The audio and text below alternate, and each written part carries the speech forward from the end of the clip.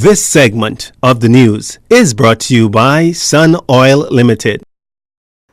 Welcome back. A team of officers from the Central Detective Unit and Her Majesty's Coroner headed to Cat Island today to look into the circumstances surrounding a man's death there. So far, we can tell you that officers were called to a home in the Bluff area after 5 p.m. Thursday. On the scene, they found the man in a well on the property. He was unresponsive. The man was pulled from the well, examined by the medical team on that island, and was pronounced dead. The autopsies to determine the exact cause of death.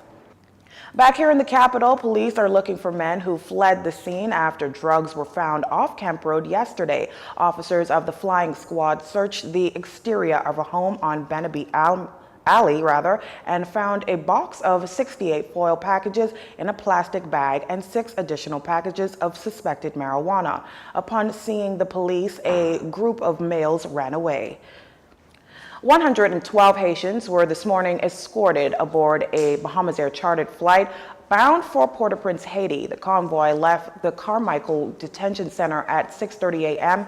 en route to LPIA. The group of 99 males, 12 females, and 1 child includes the 18 survivors of that Abaco boating tragedy early this month and the 64 recently apprehended in the Exumas. The remaining 30 were arrested in New Providence and throughout the Family Islands. This morning's flight marked the first scheduled repatriation flight since recent political unrest.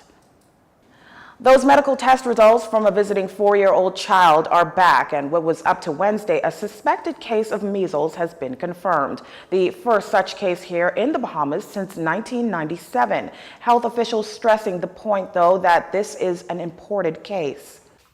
We can now advise that the test results received today have confirmed measles.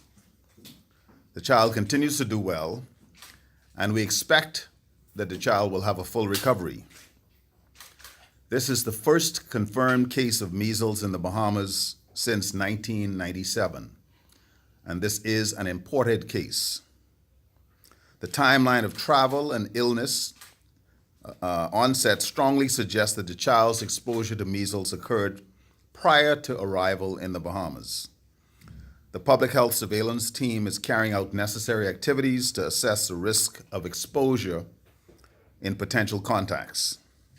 Now, according to Health Minister Dr. Dwayne Sands, who led yesterday's late afternoon press conference, the child who's hospitalized here continues to do well and is expected to fully recover. Measles is an acute viral illness transmitted by respiratory droplets. It's characterized by the onset of fever as high as 105 degrees, bad feelings, cough, runny nose, and conjunctivitis.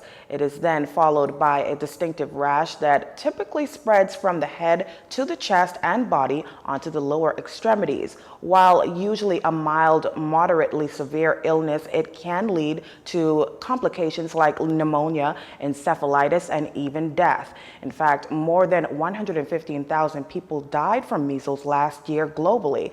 The good news is that it is a vaccine-preventable illness. Now, according to the minister, vaccine coverage should be 95% or above. However, for various reasons here in the Bahamas, it has dropped over the last 5 to 10 years. And this, he admits, is a problem given the rate of international travel. And the Bahamas, like the rest of the Americas, was the first region in the world to be certified free of measles in 2016. However, many countries in the regions of the Americas is experiencing increasing numbers of vaccine refusers and declining national coverage in vaccines, including the MMR. This increases the risk of re-emergence of this vaccine-preventable illness. The Ministry of Health has embarked on a campaign in hopes of increasing the national MMR coverage in children and those at the highest risk of exposure. The ministry is currently conducting an MMR campaign targeting all children 10 years and younger, as well as frontline workers such as police, customs and immigration officers, healthcare workers, and hospitality industry workers.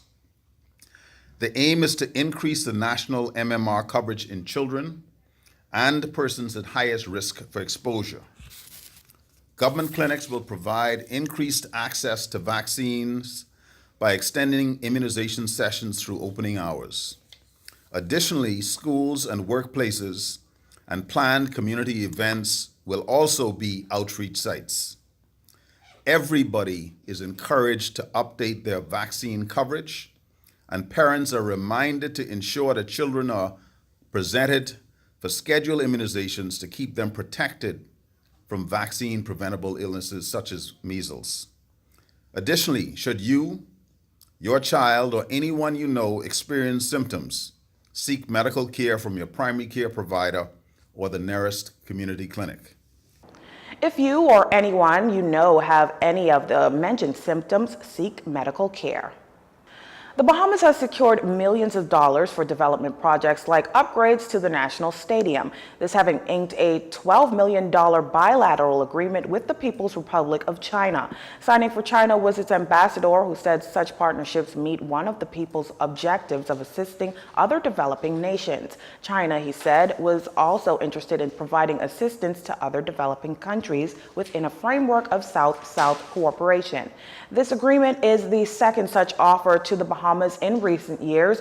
In total, the Chinese government has donated approximately $24 million in grants for Bahamian development projects.